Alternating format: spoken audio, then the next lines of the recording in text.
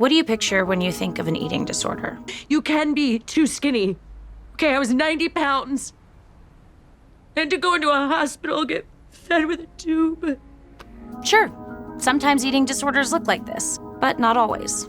Simply put, an eating disorder is a disturbance in normal eating habits. They affect your physical and mental health, and they can be fatal. Here are some things that eating disorders are not. They're not just for women. Approximately a quarter of people with anorexia are men. They're not just for young people. 13% of women over 50 have eating disorder symptoms. They're not just anorexia and bulimia. There's also binge eating disorder, Compulsive overexercising. and even orthorexia, an obsession with healthy or clean eating. And eating disorders are not just for thin people. 29% of obese or overweight women report using unhealthy weight control techniques, in comparison to only 16% of so-called healthy weight or underweight women. That's twice as many bigger people suffering from an unhealthy relationship with their weight. Because of these misconceptions, some people can't get the help they need. One survey found that over 40% of people couldn't access eating disorder treatments because their BMI wasn't low enough. So what are they supposed to do? Try to lose weight to prove they had an unhealthy obsession with weight loss? All of us, and bigger people especially, are under such enormous pressure to lose weight. Davi's experience in Good Trouble is all too common. Oh my goodness, you are so pretty.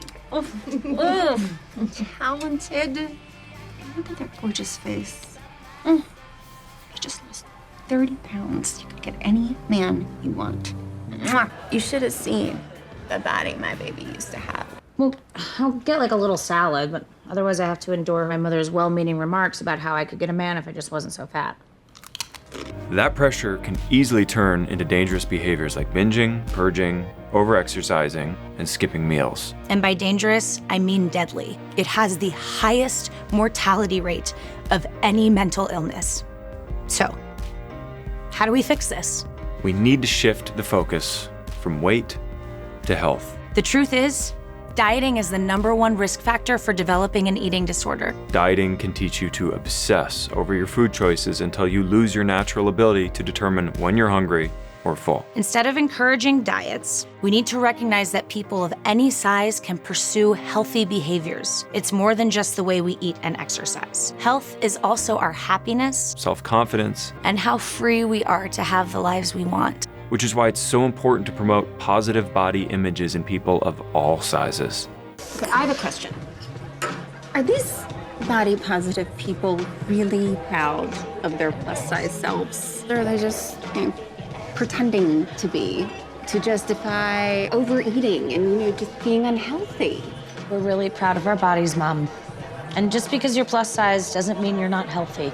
We need to expand our definition of eating disorders and start encouraging everyone to have a healthier relationship with food and their body. If you are struggling with disordered eating, don't be afraid to ask for help. If you're concerned about yourself or a loved one, call the National Eating Disorder Association, or NEDA, to speak to a trained volunteer for resources and support. Have you or someone you know ever been impacted by an eating disorder?